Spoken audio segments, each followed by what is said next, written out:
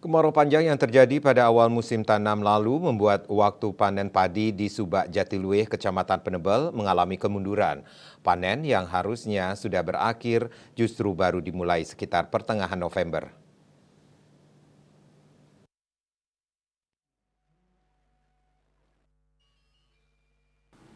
Pekaseh Jatiluwih Iwayan Mustre mengatakan kemarau berdampak pada waktu panen di Subak Jatiluwih yang melambat dari biasanya. Sementara jumlah hasil atau produktivitas masih normal, rata-rata 6-7 ton per hektar.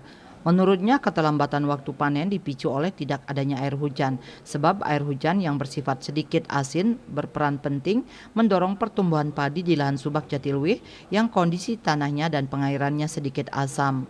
Keterlambatan waktu panen akan berpengaruh pada masa panen padi kualitas unggul di Subak Jatiluwih yang juga mundur hingga pertengahan Desember mendatang. Selanjutnya, sebelum Januari 2024, penanam padi akan kembali dilanjutkan dengan menanam padi jenis merah cendana. Mustre mengatakan saat ini petani panen beras kualitas unggul, namun pada bulan Januari, petani di Jatiluwih diwajibkan menanam padi Bali. Manik Bisnis Bali melaporkan.